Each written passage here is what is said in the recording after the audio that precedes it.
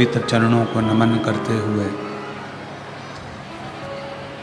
भगवान शिव की यह पवित्र कथा बेजापुर महाराष्ट्र की यह पवित्र धरा पर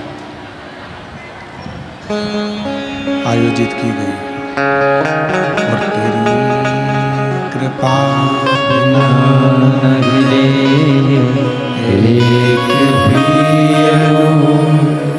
लेते श्वास तेरी कृपा से तनो तनो बखान क्या करूं मैं राखों के डेरे का चपटी भभूत में खजाना कुबेर का गंगाधार मुक्तिदार ओमकार तू बोले ओमकार तू आयो शरण तेरा रे शंभो तार तार तू।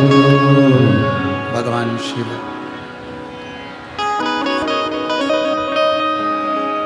जो संपूर्ण सृष्टि के पालन करता भी हैं, रचेता भी हैं और संहार करता भी है।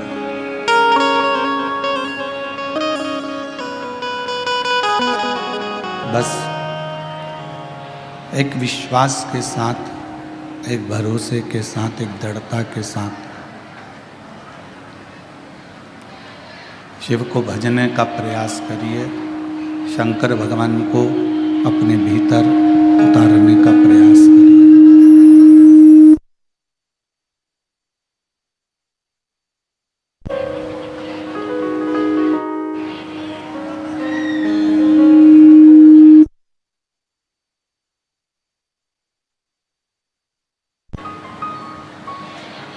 शिव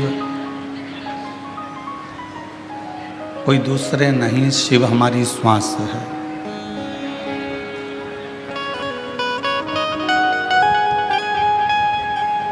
हमारे भीतर का एक विश्वास, हमारे भीतर का एक भरोसा शिव।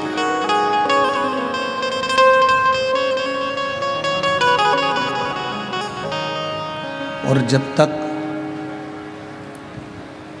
हमारा विश्वास पूर्ण नहीं हो जाता तब तक भगवान शंकर का दर्शन या भगवान शिव का गुणगान हमारे भीतर प्रवेश नहीं कर पाता है।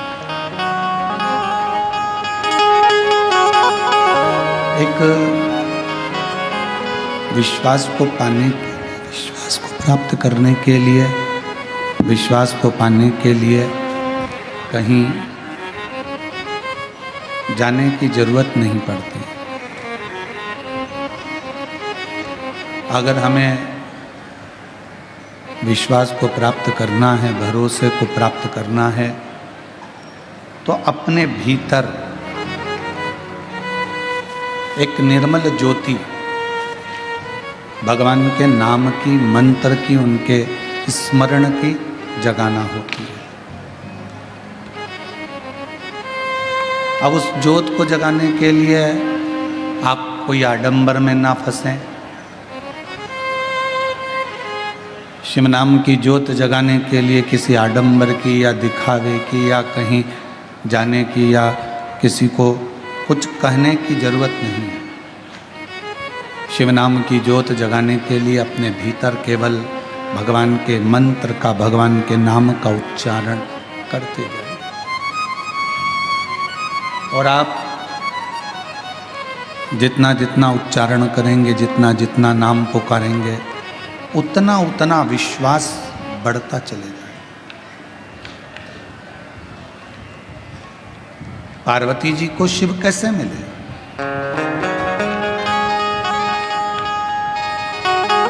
माँ जगत जननी जगदम्बा अम्बा माता पार्वती जी को भगवान शंकर की प्राप्ति हुई कैसे?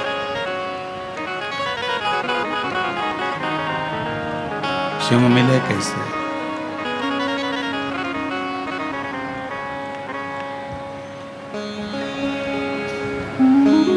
माँ जगतजननी अम्बा, जगदम्बा, जगतधात्री दुर्गा भवानी ने अपने भीतर विश्वास को प्रकट किया।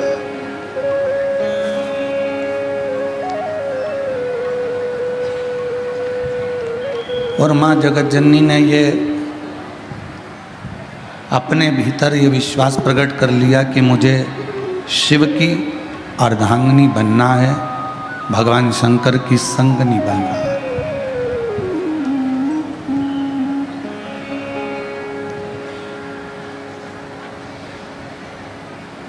मुझे भगवान शंकर की अर्धांगिनी बनना है, मुझे भगवान शंकर की संगनी बनना है। अब संगनी बनने के लिए या अर्धांगिनी बनने के लिए जिसकी अर्धांगिनी बनने के लिए पार्वती जी जा रही हैं, जिसके साथ में विवाह करने के लिए पार्वती जी आतुर हैं, पहले उनके विषय में थोड़ा सा जानना पड़ेगा पार्वती।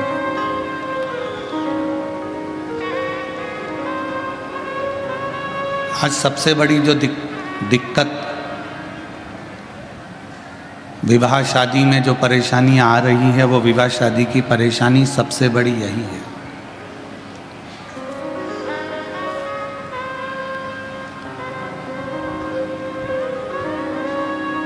हम ना लड़के के बारे में जान रहे हैं, हम ना लड़की के बारे में जान रहे हैं।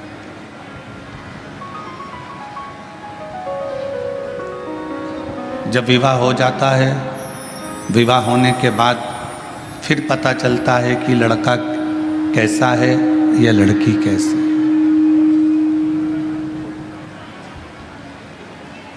और शिव महापुराण की कथा कहती है, भगवान शंकर का चरित्र कहता है, शिव तत्व कहता है, पार्वती जी ने जितना समय शिव को पाने के लिए तप किया, साधना की, आराधना की, उतने समय पार्वती जी ने केवल शिव को जानने का प्रयास किया।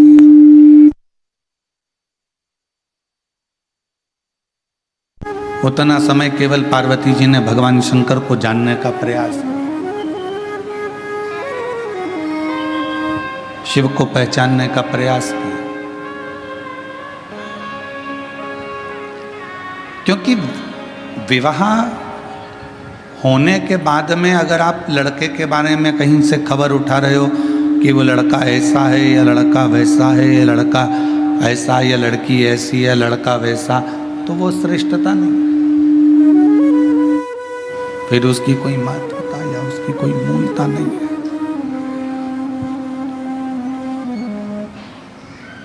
पार्वती जी ने घोर तप कर कर शिव को जानने का प्रयास किया। अब आप आज के ज़माने में तप नहीं कर सकते तो कम से कम तपास तो कर सकते हो।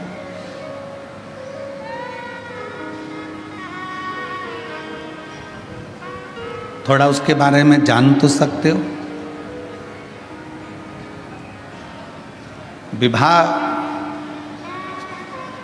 कई माता पिता कहते हैं मेरी लड़की बड़ी हो गई, 28 साल की, 27 साल की, 26 साल की, 25 साल की, 24 साल की, 23 साल की, 22 साल की हो गई, और अब हम उसके लिए लड़का देख रहे हैं, कोई लड़का नहीं मिल रहा है उसको। तो क्या लड़का नहीं मिल रहा तो क्या फिर उसका विवाह हर किसी के साथ कर दो?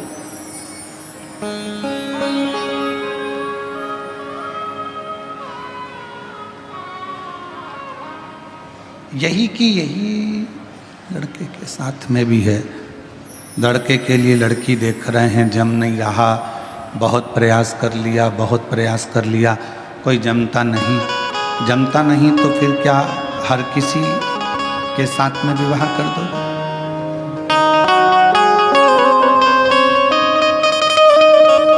थोड़ा समझो उसको।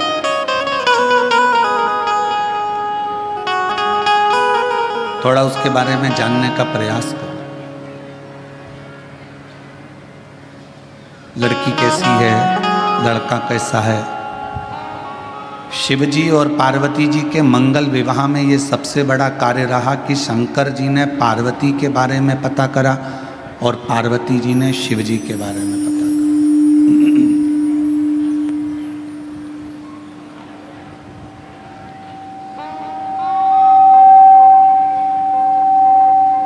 सप्त ऋषियों को भेजा गया,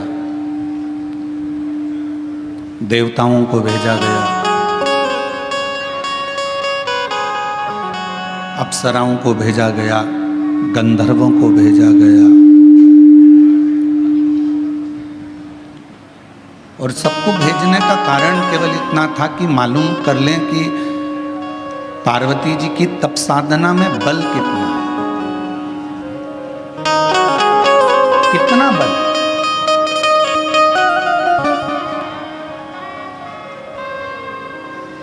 कई लोग कहते हैं गुरुजी हमने एक बार पशुपति व्रत कर लिया, हमने 2 बार पशुपति व्रत कर लिया, हमने 3 बार पशुपति व्रत कर लिया।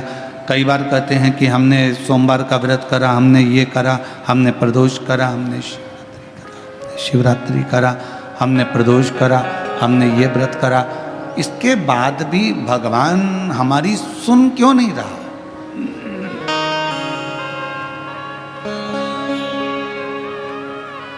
आप आए नहीं और सुबह हो गई, मेरी पूजा की थाली धरी की धरी रह गई। आप रात बताते नहीं कि आने में क्यों देरी हो गई, कारण क्या है?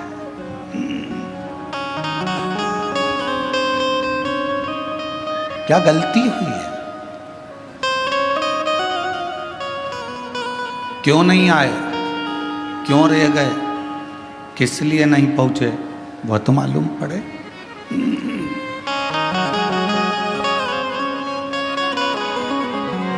उसका तो स्मरण रहे कम से कम। पशुपति व्रत करने के बाद भी आपका अगर कार्य नहीं हुआ, प्रदोष करने के बाद भी कार्य नहीं हुआ, रोज 1 लोटा जल शिव जी को समर्पित कर रहे हो तो कार्य नहीं हुआ, तो ये थोड़ा समझना पड़ेगा, थोड़ा जानना पड़ेगा कारण क्या।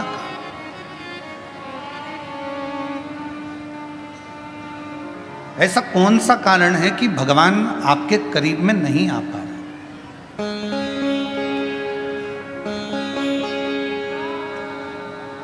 मतलब हमारी परीक्षा हमारा शिव अपने करीब में लाने के लिए बहुत ले रहा है, बहुत, और होगा। मैंने तेरे ही भरोसे बाबा, तेरे ही भरोसे हवा विच उड़ती जावांगे। बाबा बोल तो छड़ी ना मैं कटी जावांगी।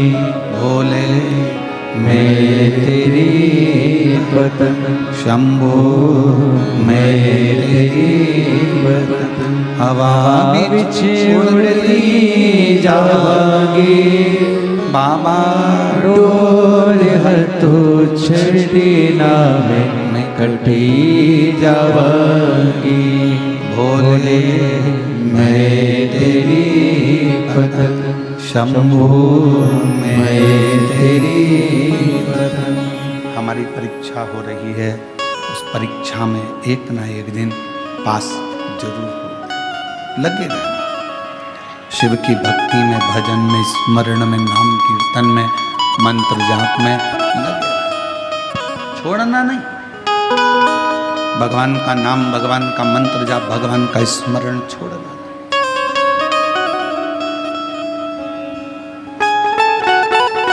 थोड़ी सी पहचान अगर ड्राइवर से है आपकी, तो ड्राइवर आपका जहां उतरने की जगह है ना, जहां पर भी आपको उतरना है, ड्राइवर वहां गाड़ी याद से रोक देता है, धीमी कर देता है।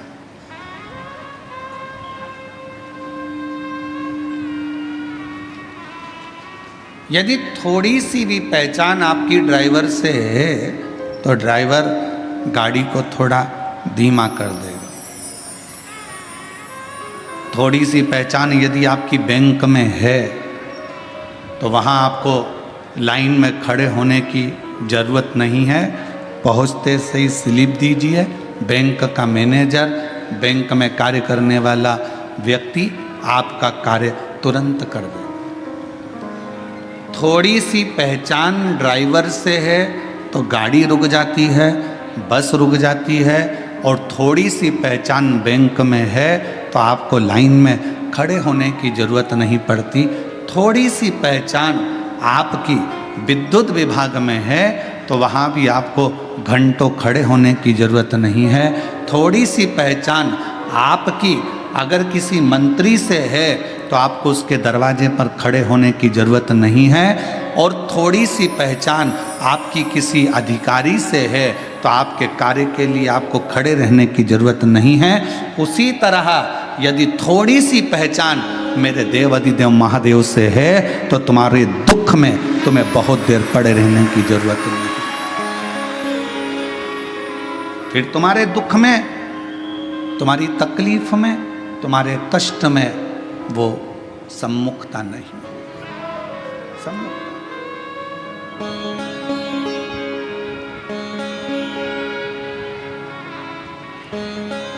बनाओ। ड्राइवर से पहचान बनाई तो ड्राइवर ने बस को रोक दिया। कई बार हमने तो ये भी देखा है कि अगर रेल के ड्राइवर से भी पहचान अच्छी हो जाती है तो वो ट्रेन भी धीमी कर देता। 1-2 मिनट के लिए, 2-4 सेकंड के लिए ट्रेन तुम्हारे लिए ज़्यादा रोक देता है। अरे अपनी पहचान वाली चढ़ रही है, बेचारी धीमी धीमी चढ़ती है। छत्रपति संभाजी नगर में ट्रेन अगर आएगी तो मैं तुम्हारे लिए थोड़ा धीमा कर दूंगा, 1-2 सेकंड आप थोड़ा उतर लेना, चढ़ लेना, ऐसा करो।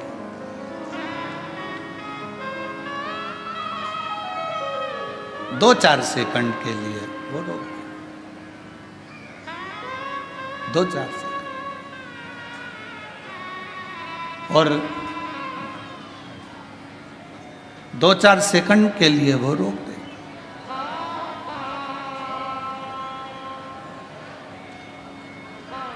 अब जरा विचार करिएगा कि थोड़ी सी पहचान ड्राइवर से हो गई तो थोड़ा ट्रेन भी रुकी, गाड़ी भी रुकी, बस भी रुकी।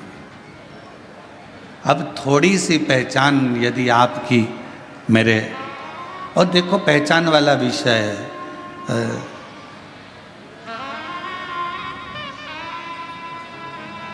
कई माताओं ने तो अपने रिश्तेदार को फोन लगाया होगा,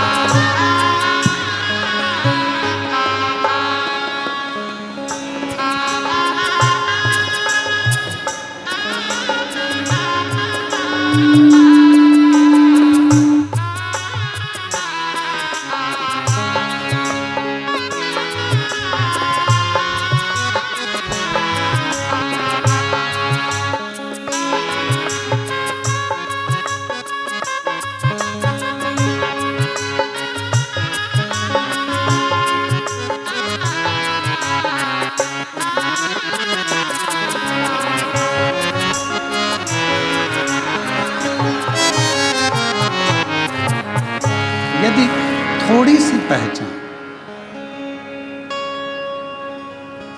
एक अंश मात्र भी अगर आपकी पहचान किसी ड्राइवर से हो गई, किसी से हो गई तो रुको।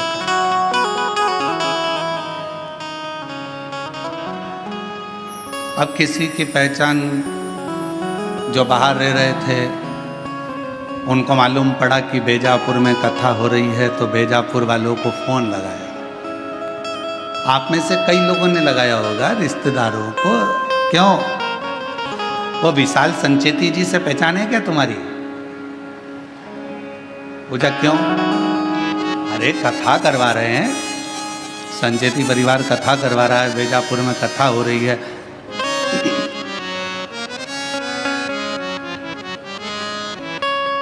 है थोड़ी बहुत पहचान, और विशाल जी से नहीं हो तो जीवनलाल जी से है क्या भैया पहचान? जरा पता करो। उनसे ना हो तो उनके यहाँ पर श्री रविंद्र कुमार जी से पहचान हो, वहां पता करो। उनके परिवार में कोई पहचान हो तो वहां मालूम करो। और इससे अपनी पहचान निकाली गई। क्यों निकाली गई? कि अगर पहचान मिल जाएगी तो थोड़ा आगे बढ़ने, आगे बैठने की व्यवस्था हो जाएगी। पहचान ढूंढी कि आगे बैठने के लिए विशाल संचेती को ढूंढो, उनके परिवार के लोगों को ढूंढो, आगे बैठने की व्यवस्था मिल जाएगी। बस ऊपर भी यही काम होना है। क्यों भैया? तू मुझे जानता नहीं है, मेरी शंकर भगवान से पहचान है, आगे बैठने की व्यवस्था मेरी।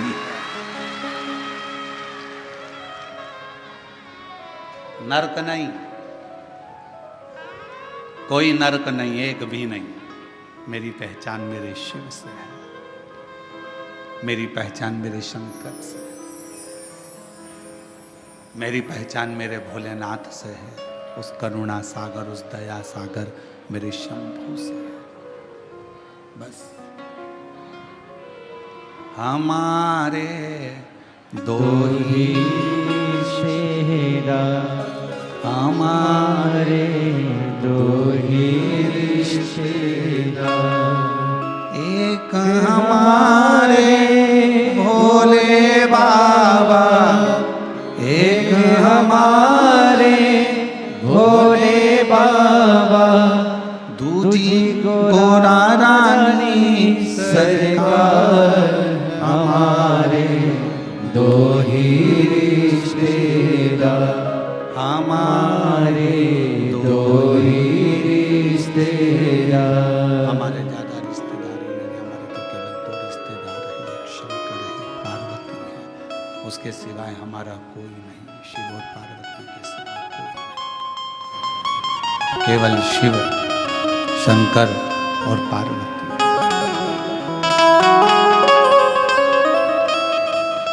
अब कहीं भटकना नहीं है।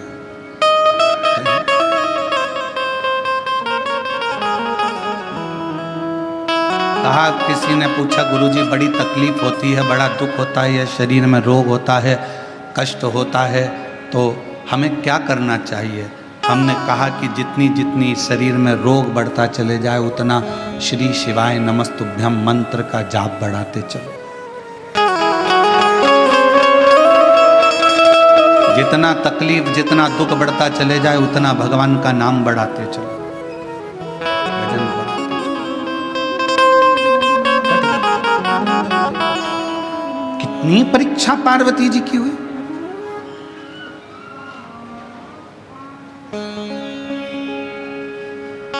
और संसार में अगर जन्म लिया है, मृत्यु लोक में आए हो, ये जगत में अगर जन्मे हो, संसार सागर में अगर आपका हमारा जन्म हुआ है, तो हर पल परीक्षा देना ही पड़ेगा। पहले आप कुछ नहीं करते हो तो दुनिया तुमको निठल्ला कहेगी। आपने अगर कोई काम करना चालू करा तो दुनिया के लोग आप पर हंसेंगे। इसके बस का है? इसके पिताजी ने करा कभी जो ये करेगा? पहले काम नहीं करोगे, लोग निठल्ला समझेंगे, ताना देंगे, गाली देंगे, अपशब्द कहेंगे। फिर आप काम करना चालू करेंगे तो लोग आपको फिर कहना प्रारंभ करेंगे कि हंसेंगे। इसके बस का है? हंसेंगे लोग। और जब आप किसी काम को करते करते करते करते उन्नति की सीढ़ी पर चढ़ जाओगे, खूब ऊपर की ओर बढ़ जाओगे, तो फिर लोग जलन रखकर तुम्हारी टांग खींचना प्रारंभ करेंगे, अपशब्द कहना प्रारंभ करेंगे।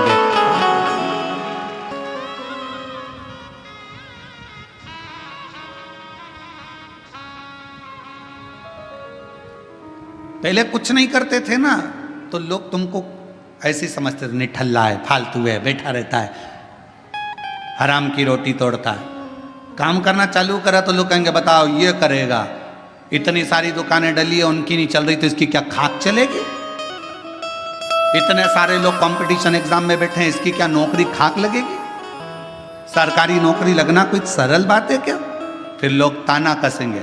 आपने मेहनत कर कर, रात दिन एक कर कर, परिश्रम कर कर, फिर आपने कंपटीशन एग्जाम देकर जब आप उस एग्जाम में निकल गए और आपकी यह सरकारी नौकरी लग गई, तो फिर लोग ताना कसेंगे। कुछ ले दे के कर ली होगी, कुछ ऐसा कर लिया होगा, कहीं से दे दिया होगा, पहचान निकाल ली होगी, फिर लोग ताना कसना प्रारंभ कर देते हैं, तुम्हारे को पांव पकड़कर नीचे खींचना प्रारंभ कर देते। घबराना नहीं,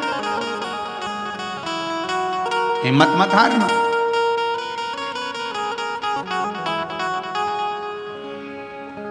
हिम्मत ना, हम तो बाबा के भरोसे चलते हैं, हम तो बाबा के भरोसे चलते हैं। ये दुनिया वाले जलते हैं, ये दुनिया वाले जलते हैं। हम तो बाबा के भरोसे चलते हैं, डमरू वाले के भरोसे चलते हैं। आप थोड़ी सी मेहनत ज़्यादा करोगे, आगे बढ़ोगे, उन्नति की सीढ़ी पर चढ़ोगे, अग्रण्य होते चले जाओगे, बढ़ते चले जाओगे, लोग तुमको पाँव खींचकर नीचे करना प्रारंभ कर देंगे। उस समय घबराना नहीं। जब मेहनत कर रहे थे, जब कोई था क्या तुम्हारे साथ में? जम के बोलो। अकेले संसार में आए हो, मां के गर्भ से भी अगर जन्म होगा 2 बच्चों का, तो पहले एक का जन्म होगा, फिर दूसरे का होगा। अकेले संसार में आए हो, अकेले ही मेहनत करना है, और आखिरी में भी अकेले ही रह जाना है, और अकेले ही उन्नति की सीढ़ी पर चढ़ते चले जाना है, आगे चढ़ते चले जाना अकेले। और कोई आएगा नहीं आएगा, कोई तुम्हारा साथ देगा नहीं देगा, कोई तुम्हारे साथ खड़ा होगा नहीं खड़ा होगा, पर तुम्हारे साथ एक तुमने जो भला करा है, किसी भूखे को भोजन कराया, प्यासे को पानी पिलाया, किसी के लिए तुमने अच्छा किया, वो तुम्हारा किया गया श्रेष्ठ कर्म तुम्हारे सामने आकर खड़ा हो जाएगा।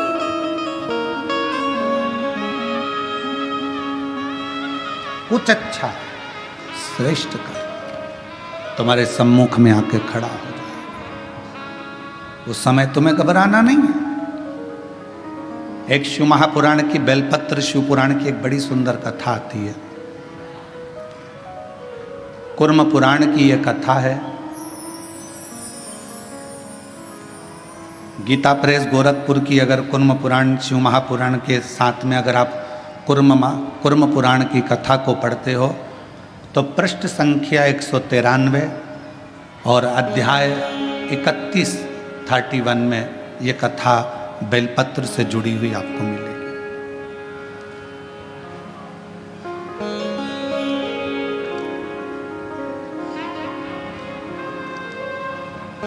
एक कथा आती है,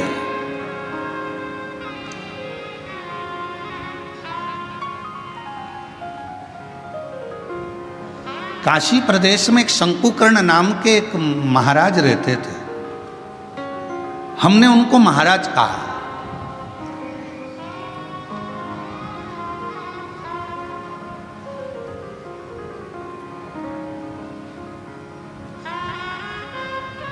जिनके हृदय में भगवान शिव विराजमान हो और जो शिव के चरणों का दास बनकर बैठा हो, शंकर के चरणों का आनंद पा रहा हो, वो महाराज ही हो सकता। एक महात्मा, एक महाराज,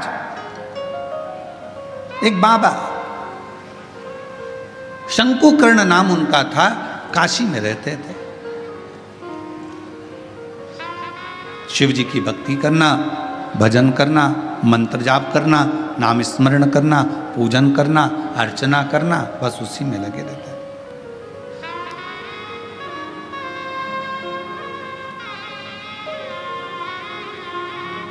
अब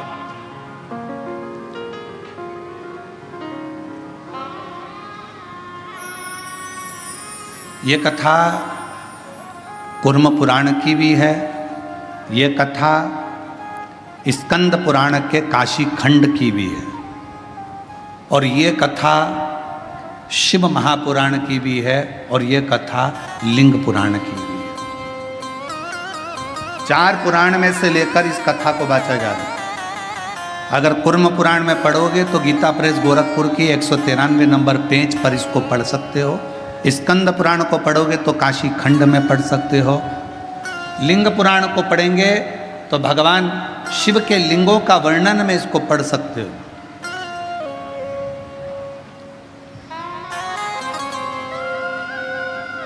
और जितने लिंगायत संप्रदाय के मेरे शिव भक्त यहां पर बैठे होंगे वो इस कथा को बहुत अच्छी तरह से जानते होंगे। काशी प्रदेश में एक शंकुकर्ण नाम का एक व्यक्ति रहता था। उसको हमने संत की गणना में रखा, हमने उसको महाराज कहा, तपस्वी कहा, साधक कहा, उपासक कहा। एक व्यक्ति रहता था जो शिव की आराधना करता था। हम उसको साधारण व्यक्ति नहीं कह सकते, हम उसको कोई महाराज, कोई तपस्वी, कोई साधक, कोई उपासक कह सकते। वो अपनी भगवान शिव की भक्ति में लगा रहता, भगवान शंकर के नाम उच्चारण में लगा रहता, शिव नाम में, भगवान के नाम में वो हर पल लगा रहता, हर पल। उसका एक नियम,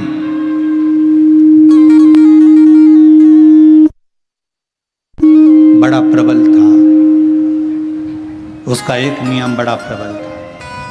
प्रतिदिन गंगा मां का स्नान करता, काशी विश्वनाथ जी के मंदिर में जाकर बुआरी लगाता, झाड़ू लगाता, सफाई करता, जितनी बेलपत्र पड़ी हुई मिलती उनको मस्तक पर चढ़ा लेता और उनको गंगा में विसर्जन कर देता।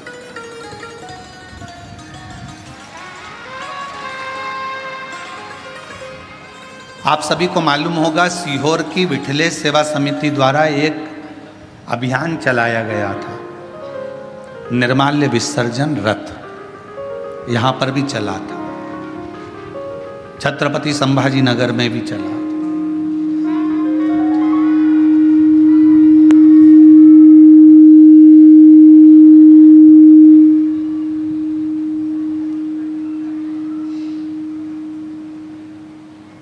निर्माल्य विसर्जन रथ एक चलाया गया। सब क्षेत्रों में इसको प्रसारित किया गया कि सब लोग रथ चलाओ, निर्माल्य विसर्जन का रथ चलाओ, निर्माल्य विसर्जन का रथ चलाओ। सब क्षेत्रों में सभी लोगों ने मिलकर निर्माल्य विसर्जन के रथ को चलाया।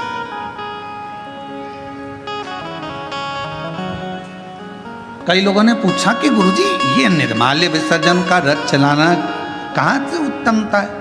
हमने कहा इसलिए हमने शंकुकर्ण की कथा का स्मरण किया है। 4 पुराणों में एक ही व्यक्ति की 4 पुराण में कथा आना ये बहुत कठिन विषय है। स्कंद पुराण के काशी खंड में भी यह कथा आना, कूर्म पुराण में भी कथा आना, लिंग पुराण में भी कथा आना और शिव पुराण में एक व्यक्ति शंकुकर्ण की कथा 4 पुराण में आना और केवल एक ही काम करा है शंकुकर्ण ने। वो काम था विश्वनाथ जी के मंदिर में जितनी भी बेलपत्र चढ़ती थी, जितनी भी निर्माल्य चढ़ती थी, भगवान जितनी भी बेलपत्र चढ़ती थी, जितनी भी निर्माल्य चढ़ती थी, वो सारी बेलपत्र निर्माल्य को भरता, मस्तक से लगाकर प्रणाम कर कर उसे गंगा जी में विसर्जन कर देता। नियम था।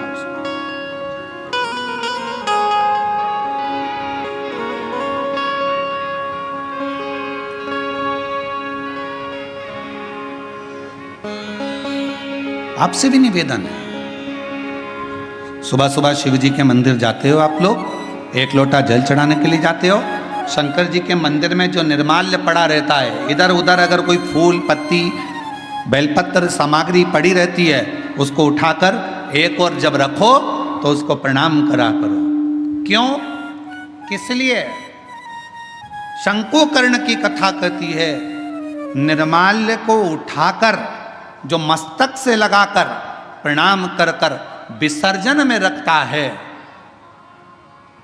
विसर्जन की ओर रखता है, उसके अंदर एक ऐसा बल उत्पन्न हो जाता है कि मात्र वो किसी पर अपनी दृष्टि भी डाल देता है तो प्रेत जीवों का भी उद्धार हो जाता है। वो निर्माल्य में, विसर्जन करी हुई निर्माल्य में इतना बल उत्पन्न होता है महाराज।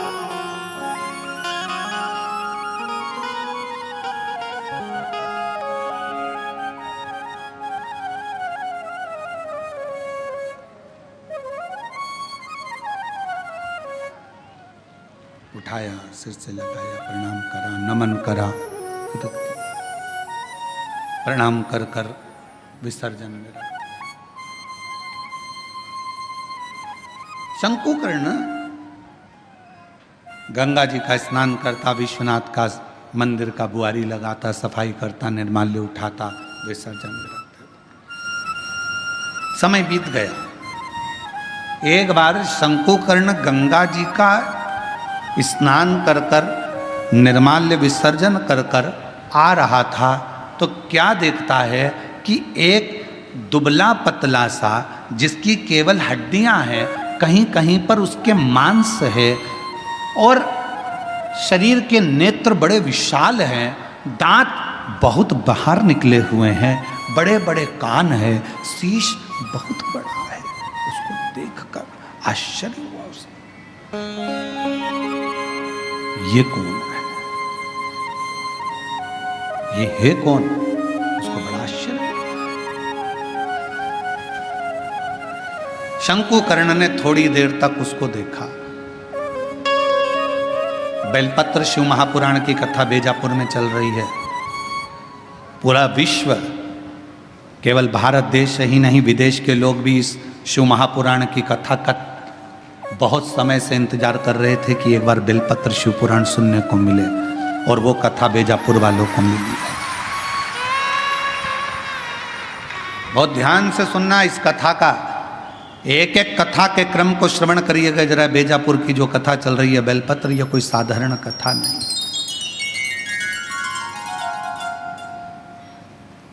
इसको धारण करिए।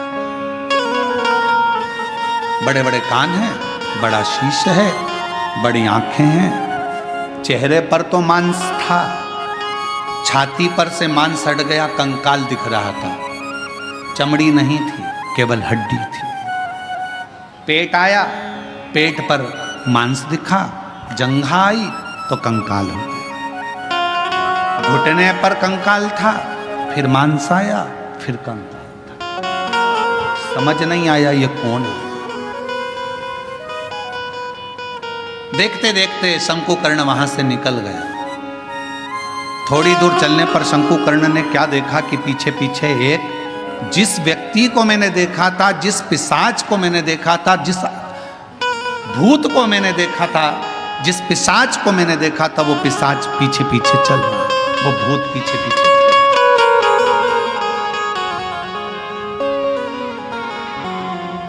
चलते चलते चलते चलते कुछ दूर पर शंकुकर्ण ने पलट कर देखा कि वो पिशाच मेरे पीछे चल रहा। रुक गए, पूछा, प्रणाम कर कर पूछा कि क्या बात है, क्या हुआ, आप कौन हैं?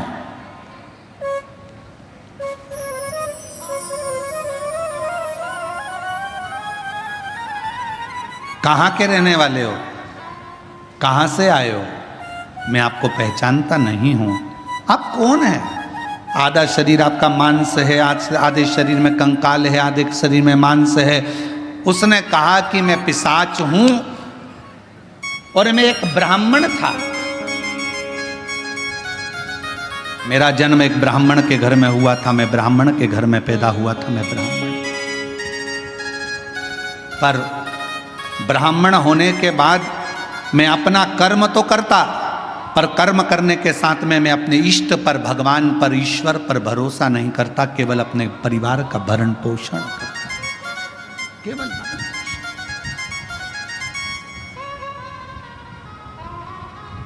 थोड़ा सावधानी रखना। कथा में कई लोग इस कथा को श्रवण कर रहे होंगे तो थोड़ा स्मरण करिएगा इस कथा का। मैं ब्राह्मण कुल में जन्मा हूं, ब्राह्मण कुल में मेरा जन्म हुआ, पर मैं अपने कर्म पर ध्यान न देते हुए परिवार के भरण पोषण के लिए कमाता तो था, परिवार के लिए लाता भी था, पर मैं भगवान पर भरोसा नहीं करता था, विश्वास नहीं था। मैं करता कर्म वही।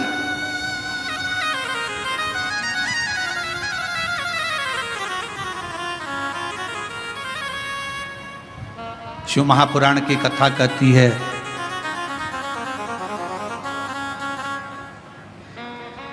वो कौन सा ब्राह्मण होता है जिस ब्राह्मण के जीवन में कभी दुख नहीं आता।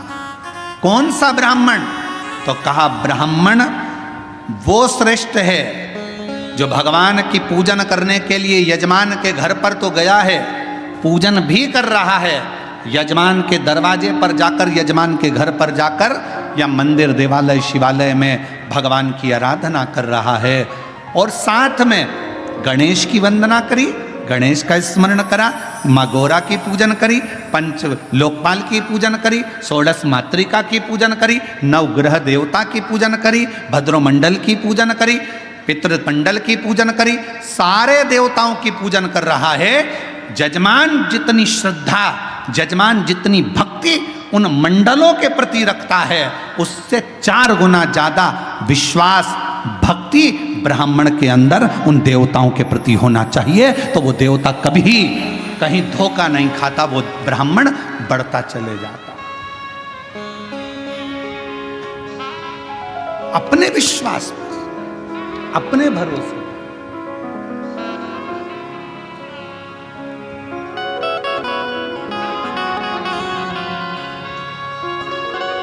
अभी एक वीडियो बीच में हमने कहा भी था, कथा में उसका वर्णन भी किया था कि एक लड़की लड़ रही थी किसी से, और लड़ते लड़ते उस छोटी सी लड़की ने, मैं डरती वरती नहीं हूं,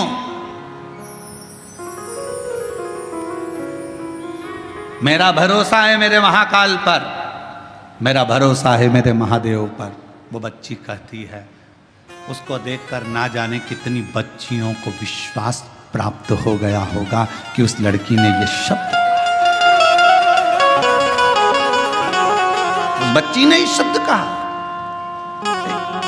एक पत्र में बात कही है, मेरा नाम सुवर्णा दीपक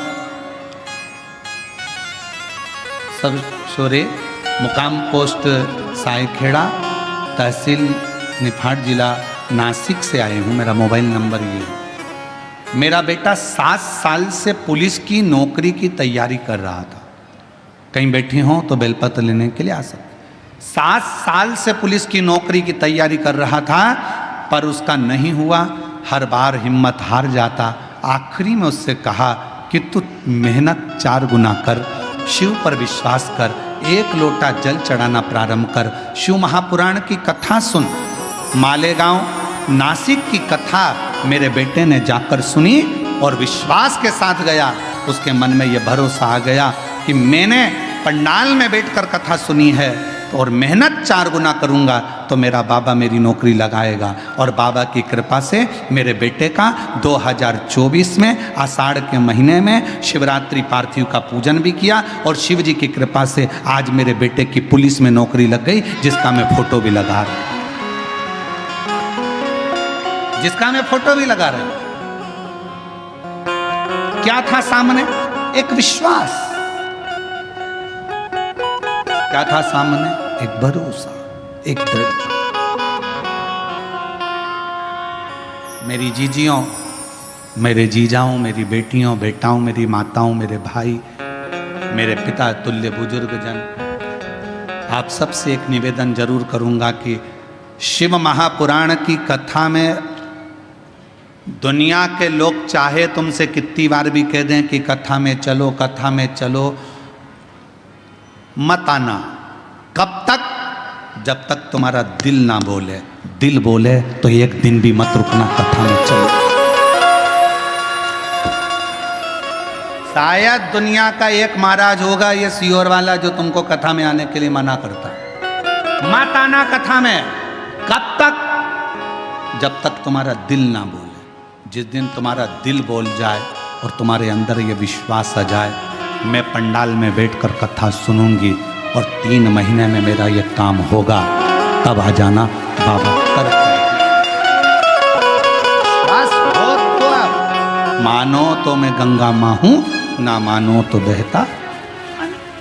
आपका विश्वास ही नहीं है। पड़ोसन ने कहा चल रही क्या, और तुम चल कर आ गए, और मन में भरोसा ही नहीं है। ऐसा होता है क्या? ऐसा होता है क्या? ऐसा होता है क्या? ऐसा हो सकता है क्या? कैंसर जैसा रोग समाप्त हो सकता है क्या? ये पत्र हम तो पढ़ते ही नहीं ज्यादा, हमारे पास में इतना टाइम ही नहीं है। परसों एक पत्र आया, परसों इन पत्रों में, ये पत्र हम लेकर भी नहीं जाते सी, और इन पत्रों में नीचे कम से कम 10 से 12 पत्र ऐसे होंगे जिसमें दुनिया के लोगों का कैंसर ठीक हुआ है। ऐसा हो सकता है क्या? विश्वास है तो परमात्मा है, और विश्वास नहीं तो परमात्मा भी नहीं है। विश्वास है तो परमात्मा। भरोसा। कहां जा रही हो? कथा में। क्या मिलेगा वहां? कुछ मिले चाहे ना मिले, इतना विश्वास जरूर है। 3 घंटे की कथा में अगर मैंने 15 मिनट की भी कथा को अपनी जिंदगी में उतार लिया, 10 मिनट की कथा को भी अपने जीवन में उतार लिया, तो ये मेरा विश्वास कहता है, ये मेरा भरोसा कहता है कि मेरा शिव मेरे दुख को, मेरी तकलीफ को, मेरे कष्ट को काटेगा जरूर। ये मेरा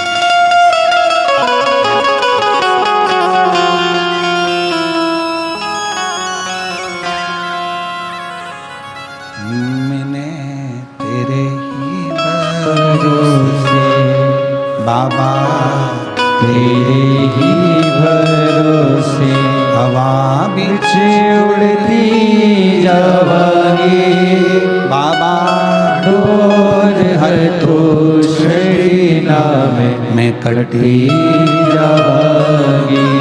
भोले मैं तेरी पतंग। ये मेरा विश्वास करता है कि मेरा शिव मेरे साथ है, मेरा शंकर।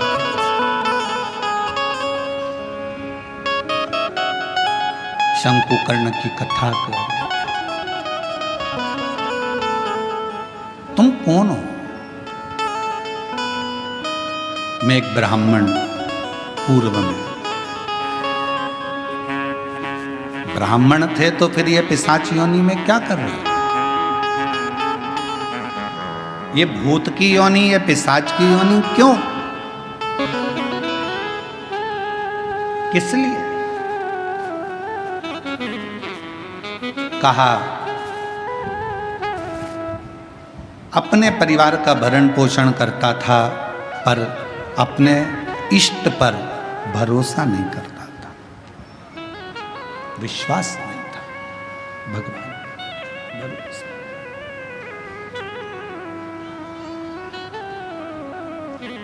फिर तुम्हारा इष्ट पर भरोसा नहीं था, परिवार का भरण पोषण करते थे, तो क्या तुम्हें इतनी सी बात के पीछे तुम्हें पिशाच की योनि मिल गई? तुम भूत की योनि प्राप्त कर लिए? इतनी सी बात? नहीं।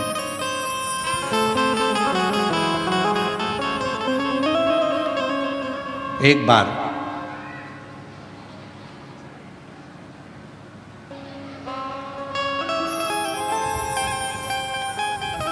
मैं एक देव स्थान पर दर्शन के लिए गया, अपनी अर्धांगिनी को लेकर, बच्चों को लेकर।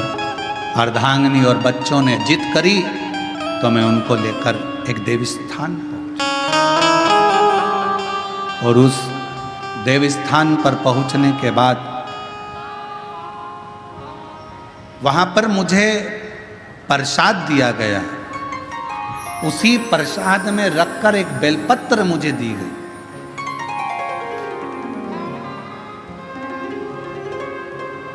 प्रसाद दिया, प्रसाद में रखकर एक बेलपत्र दी। मैंने अपने पत्नी और बच्चों के साथ बैठकर प्रसाद तो खा लिया, पर बेलपत्र को उठाकर मैंने भूमि पर फेंक दिया और मैंने कई अपशब्द अपने मुख से कहे। आखिरी में वो बेलपत्र मैंने अपने पाँव से रोंद दी, उसको पाँव से खूब दबा दिया, मसल दिया।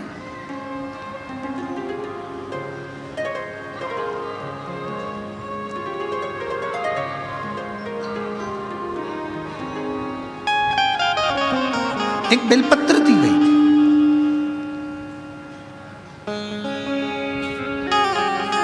शिव महापुराण की कथा में प्रसाद वितरण नहीं होता। शिव महापुराण की कथा में आपको कोई गिफ्ट, कोई सामान यहां से नहीं दिया जाता। शिव महापुराण की कथा में अगर दी जाती है तो केवल एक बेलपत्र दी जाती है। क्यों?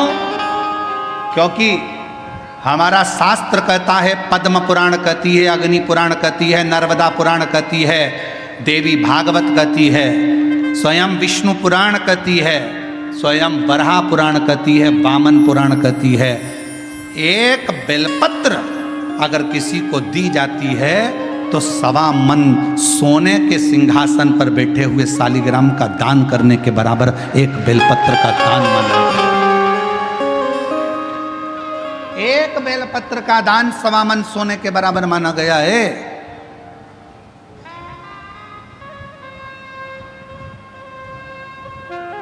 मेरा अंदाजा नहीं रहा, बेलपत्र को मैंने पटक दिया, प्रसाद को हम लोगों ने पा लिया, प्रसाद पाया।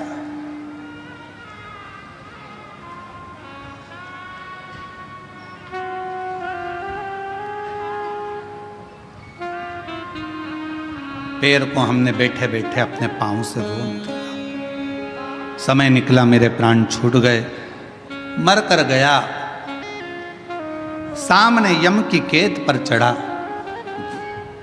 जिस समय मेरे प्राण छूटे, यम के दूत मुझे दिख रहे हैं और यमराज के दूत मुझे पकड़कर लेकर जाना चाहते थे। उन्होंने मेरे ऊपर रस्सा डाला, पकड़ने के लिए खींचना चाहा, पर उनके हाथों से रस्सा छूट गया। मैं समझ नहीं पाया ये कैसा नजारा है कि यम के दूतों से मैं पकड़ा नहीं पा रहा हूं, यम के दूत मुझे नहीं पकड़ पा रहे,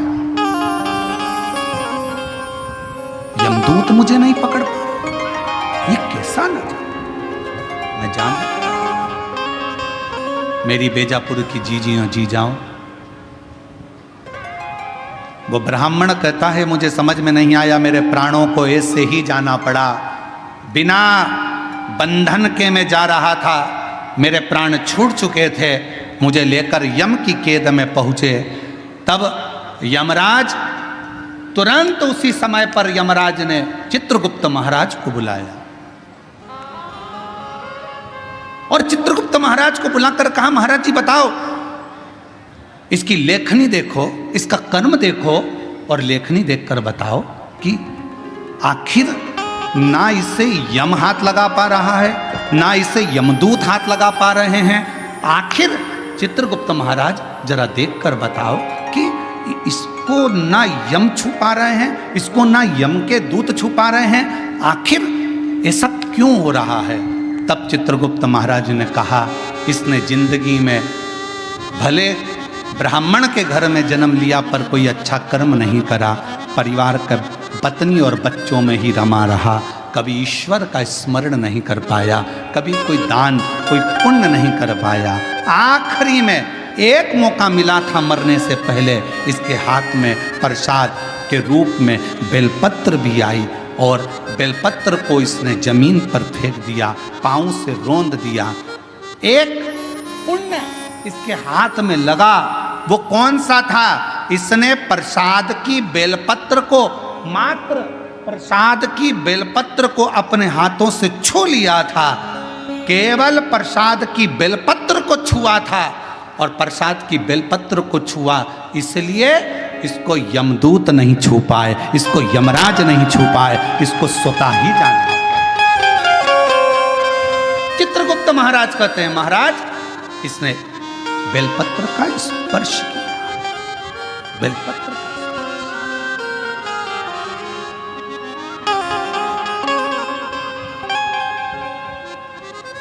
कहा चित्रगुप्त महाराज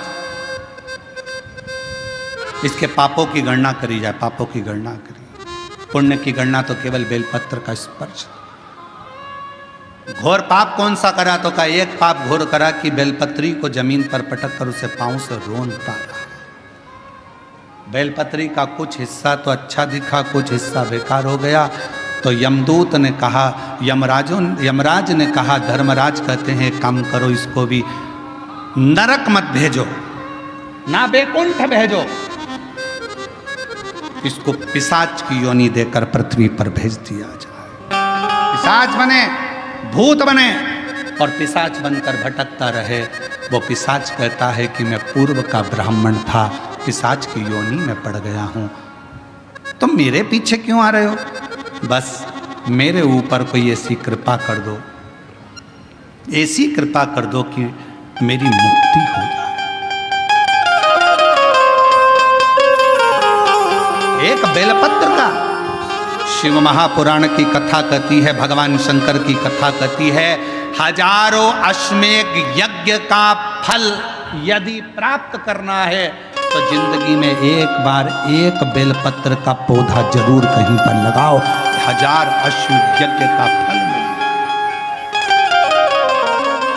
सर्वतोमुखी यज्ञ का फल प्राप्त करना है तो कहीं पर बेलपत्र का वृक्ष लगा हो तो वहां रोज 1 लोटा जल चढ़ाना प्रारंभ करो, सर्वतोमुखी यज्ञ का फल प्राप्त हो।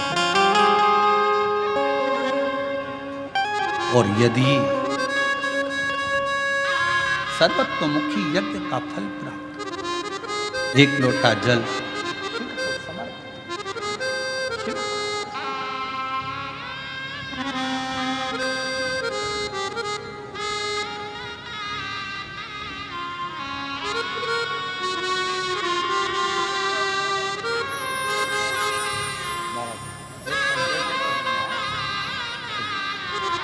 बेटे का पुलिस में नौकरी लगा है, जीजी बोल रही इतनी मेहनत करी, 7 साल में हार गया था, पर शिव जी की कृपा से आखिर नौकरी लग गई।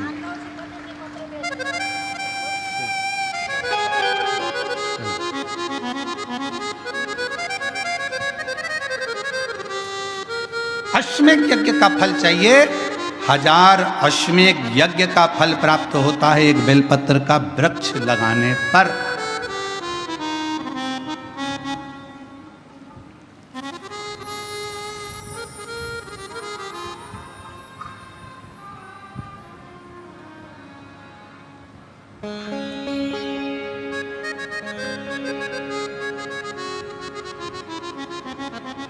हजारों सर्वतोमुखी यज्ञ का फल प्राप्त हो जाता है, 1 लोटा जल बेलपत्र के वृक्ष में चढ़ाना।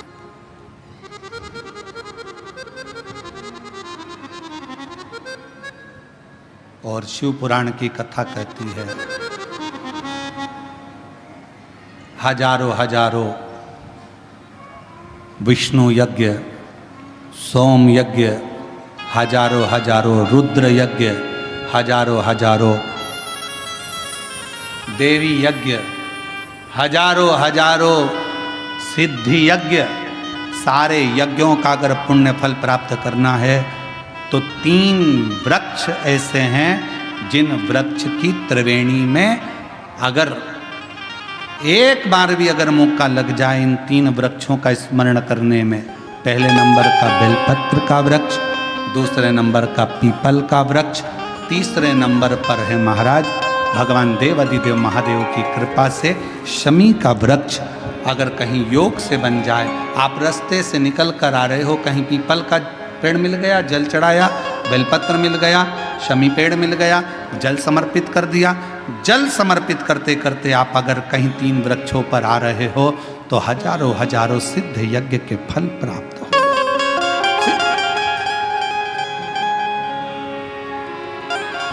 और यदि ये सब नहीं कर सको तो एक बेलपत्र के वृक्ष की सेवा जरूर।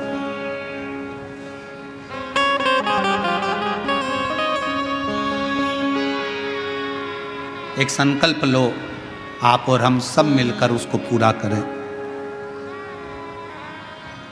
सावन के महीने में एक बेलपत्री का वृक्ष जरूर लगाएंगे। ये नियम आप और हम लेकर लगाओगे? जम के तो बोलो, पक्का? बकरी खाए वैसा तो नहीं है? नहीं ना? संभालोगे उसको, प्रयास करोगे ना? ऐसी जगह लगाना जहां तुम उसको देखते रहो, संभालते रहो, उसको बढ़ाते रहो। हमसे ये मत पूछना कि पेड़ कहाँ लगाएं, मंदिर में लगाएं, रोड पर लगाएं, किनारे पर लगाएं, शमशान में लगाएं कि कहाँ लगाएं। जहां तुम्हारा दिल कर जाए वहां पेड़ लगाना, पर तुम्हारी निगाह में रखना उसको कि वो बड़ा हो जाए, छाया दे, दुनिया का भरण पोषण करे, दुनिया के ऊपर कृपा की छाया लगाओ।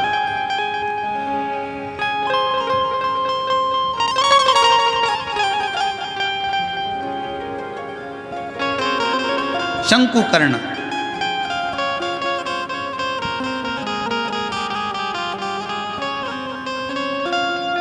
निर्माल्य विसर्जन करते थे प्रणाम कर कर।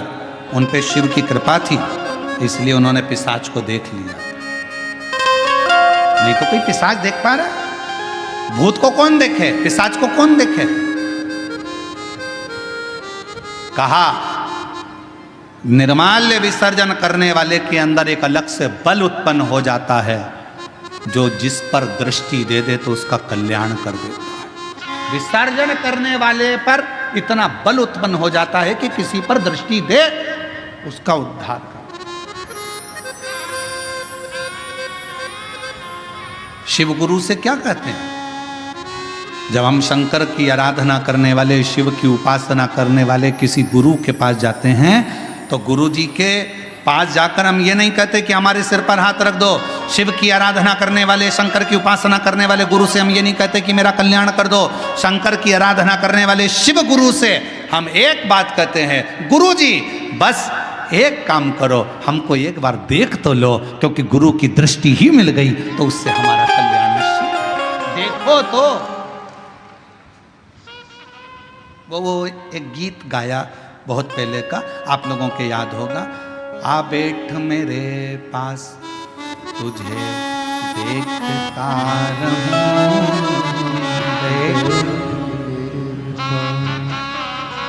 ना तुम कुछ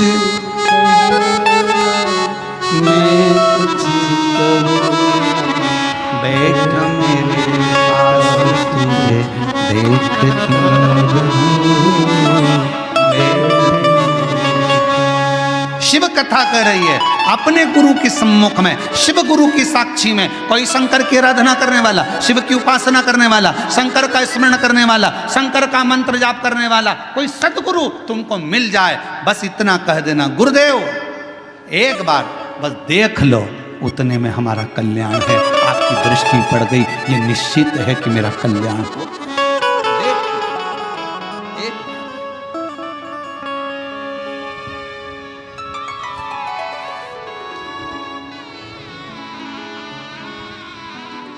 बस आ बैठ मेरे पास तुझे देखता रहूं, बैठ मेरे पास।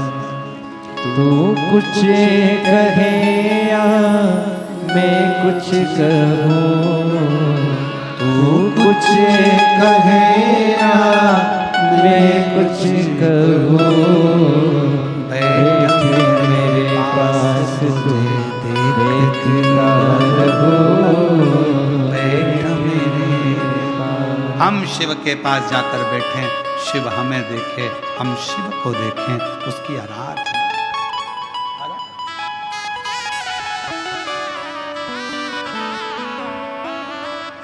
शिव की भक्ति। यहाँ बैठे हैं हमारे संचेती परिवार की बहुएं भी बैठी हैं, बेटियां बैठी हैं, संचेती परिवार बैठा हुआ है, साथ में हम छत्रपति संभाजी नगर कथा करे जयसवाल जी भी यहाँ पर बैठे हुए हैं। आप इनसे और भी जहाँ जहाँ हमने कथा करी है वो सब अगर कहीं बैठे होंगे तो उनसे पूछना। हम 4 दिन तक किसी से नहीं मिलते। हमारा भजन भला, भक्ति करो, भजन करो, अपने ठाकुर जी की सेवा, शिव जी का अभिषेक, आराधना, हमारा जो मंत्र जाप है, हम 4 दिन उसमें इतने लगे रहते हैं, इतने लगे रहते हैं कि हम किसी से नहीं मिलते। आप पूछना संचेती परिवार से, क्या इनसे मिलने हम नीचे कभी आए हों? इनके कक्ष से भी हम नीचे उतर कर नहीं आते। हम जहाँ अपना भजन, अपना मंत्र जाप, अपना स्मरण, बस। और जहाँ हमने छत्रपति संभाजी नगर में विधायक महोदय कथा करवाए थे, उनके भी पुत्र बैठे हुए हैं, ऋषिकेश जायसवाल। आप इनसे भी पूछना। हम इन्हीं के घर में रुके थे, पर हम कमरे से बाहर नहीं निकलते थे। हमारा भजन निकलते वही बातें ना, आ बैठ मेरे पास तुझे देखता रहूं, बैठ मेरे अपना भजन का बल बढ़ाओ, अपने भजन का आनंद बढ़ाओ। निर्माल्य विसर्जन करने वाले शंकुकर्ण को एक दृष्टि भगवान ने दे दी थी, एक बल दे दिया था कि तुम्हारे सामने कोई भी आए, सम्मुख में कोई भी आए, उसको तुम देख सकते हो और उसका उद्धार कर सकते हो। ये शंकुकर्ण के अंदर एक अलग से बल शिव की कृपा से प्राप्त हो गया था। शिव की कृपा से, शंकर भगवान की कृपा से। पिशाच को देख लिया, पूछा, कहा मैं ब्राह्मण था, मैंने गलती कर दी। बेलपत्र को मैंने जमीन पर फेंककर उसको पांव से रोंदा, इसलिए मुझे पिशाच की योनि मिली। इस योनि से मैं छूटूं कैसे?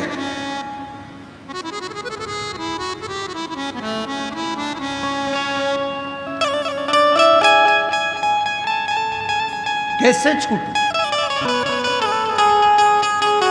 कोई इसका उपाय है?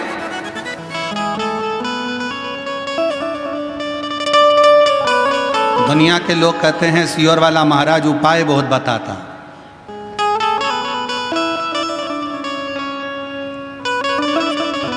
रामचरितमानस को उठाकर देखिए, जब दशरथ जी के घर में संतान की प्राप्ति नहीं हुई तब उन्होंने गुरु जी के पास जाकर उपाय पूछा था कि कोई उपाय बताओ। हमारे यहाँ की पूरी पुराणों में यही लिखा है कि उपाय तो हमारी एक एक पुराण में लिखा है। भगवान कृष्ण के घर में जब संतान नहीं हुई, 16,108 रानियां हो गई, संतान का सुख नहीं हुआ, तब भगवान स्वयं गुरु बाबा के कहने पर, गर्गाचार्य बाबा के कहने पर